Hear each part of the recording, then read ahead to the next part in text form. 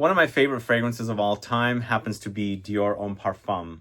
Here we have the 2020 edition, which comes in a 100 ml bottle, but I first discovered the fragrance in 2014, and at that time, the fragrance came in a 75 ml bottle. But now we have a very disappointing new version, a 2025 edition here, and it's a complete dud. It doesn't smell anything like the OG.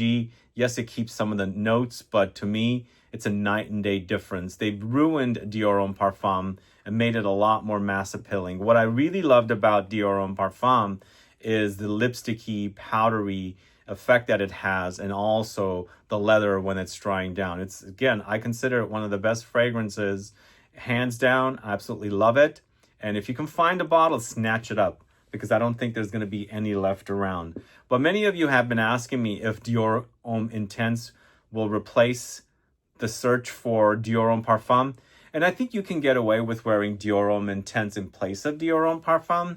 Dior Homme Intense is not as intense as Dior Homme Parfum, obviously, but it's what really got me addicted to the Dior Homme DNA in the intense concentration, or the intense version, which I graduated to the Parfum edition.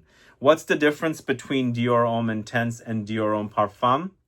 The OG Dior Homme Parfum. Dior Homme Intense is a lot fresher, and it doesn't have that density, and it's not as leathery, if at all, when it's drying down. So it acts a bit airier and not as heavy. So if you're opposed to wearing really thick, dense fragrances, and I think Dior Homme Intense should totally satisfy, especially if you're looking for that DNA that you're familiar with, that amazing DNA that is in Dior Homme Intense and the previous edition of Dior Homme Parfum.